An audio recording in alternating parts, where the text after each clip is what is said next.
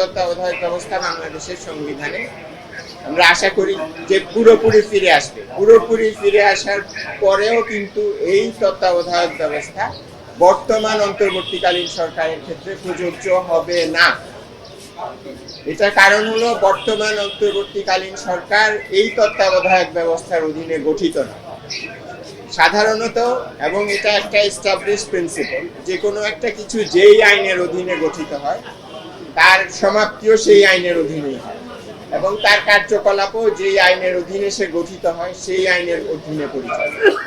বর্তমান অন্তর্বর্তীকালীন সরকার তত্ত্বাবধায়ক সরকার ব্যবস্থা, যেটা পঞ্চদশ দিয়ে বাতিল হয়েছিল, তার অধীনে গঠিত হয় নাই। এটা গঠিত হয়েছে প্রধানমন্ত্রী পালিয়ে যাওয়ার ফলে বাংলাদেশে যে গভীর সাংবিধানিক শূন্যতার সৃষ্টি হয়েছিল সেই সাংবিধানিক শূন্যতা পূরণের জন্য, এবং সেই পরিপ্রেক্ষিতে আমাদের আপিল বিভাগ আমাদের রাষ্ট্রপতি আপিল বিভাগের কাছ থেকে সংবিধানের 106 অনুচ্ছেদে একটি মতামত চান, যেটা একটা সংবিধানের ধারা, এবং তখন আপিল বিভাগ মতামত দেন যে দেশে এই সাংবিধানিক শূন্যতা পূরণ কল্পে এবং দেশের সিকিউরিটি, নিরাপত্তা, জনগণের নিরাপত্তা, অর্থনৈতিক নিরাপত্তা নিশ্চিত করার জন্য প্রেসিডেন্ট একটা অন্তর্বর্তীকালীন সরকার গঠন করতে পারে।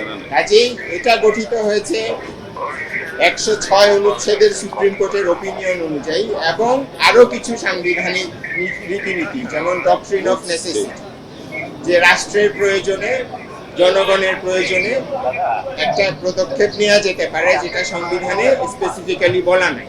এবং আপিল বিভাগের 106 এর যে ওপিনিয়ন, এখানেও বলা আছে যে অন্তর্বর্তীকালীন সরকার গঠনের ব্যাপারে সংবিধানে স্পষ্ট করে কিছু বলা নেই, এবং এটাই স্বাভাবিক যেহেতু এই জিনিসটা বাতিল হয়ে গিয়েছে তত্ত্বাবধায়ক ব্যবস্থা। কাজেই এই বর্তমান প্রফেসর ইউনূসের নেতৃত্বাধীন অন্তর্বর্তীকালীন সরকার, এটার গঠনের ভিত্তি পরিপ্রেক্ষিত সম্পূর্ণ ভিন্ন। কাজেই এই অন্তর্বর্তীকালীন সরকারের কার্যপরিধি এবং কখন ওদের কার্যপরিধির সমাপ্তি হবে, এগুলো ওনারা যেভাবে গঠিত হয়েছেন ডক্ট্রিন অফ নেসেসিটি এবং মানুষের, জনগণের ইচ্ছা এবং চাহিদা, সেটা অনুযায়ী এটা নির্ধারিত হবে। কাজেই এই জিনিস ফিরে আসলো, এটা এই বর্তমান সরকারকে কোনোভাবেই এফেক্ট করবে না, এবং ওনারা পরবর্তী নির্বাচন অনুষ্ঠান করে তারপরে ক্ষমতা হস্তান্তর করবে।